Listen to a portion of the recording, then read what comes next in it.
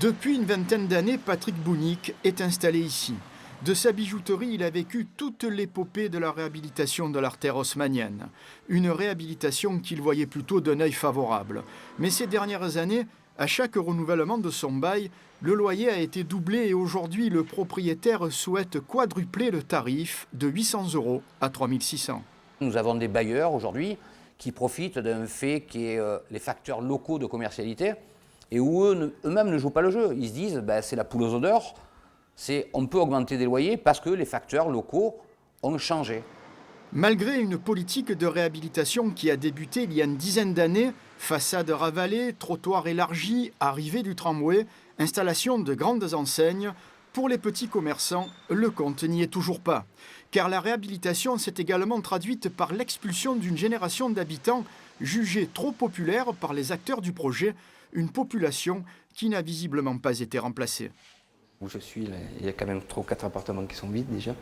Il y a beaucoup de locataires qui sont partis. Je ne sais pas si c'est au niveau des prix des loyers, mais le 3/4 des commerçants sont quand même fermés ici, quoi. C'est comme des grosses enseignes comme Puma, Esprit, qui est une grande boutique aussi. Il y a eu Calvin Klein, il y a eu de belles enseignes qui ont fermé, qui ne travaillaient pas assez, quoi.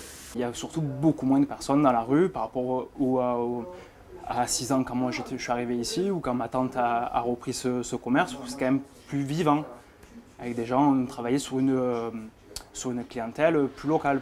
De son côté, la mairie fait remarquer qu'un système d'indemnisation des commerçants et d'aide pour ravaler leurs façades a été mis en place. Une mairie qui reconnaît que tout n'est pas parfait, mais qui estime que les choses vont dans le bon sens.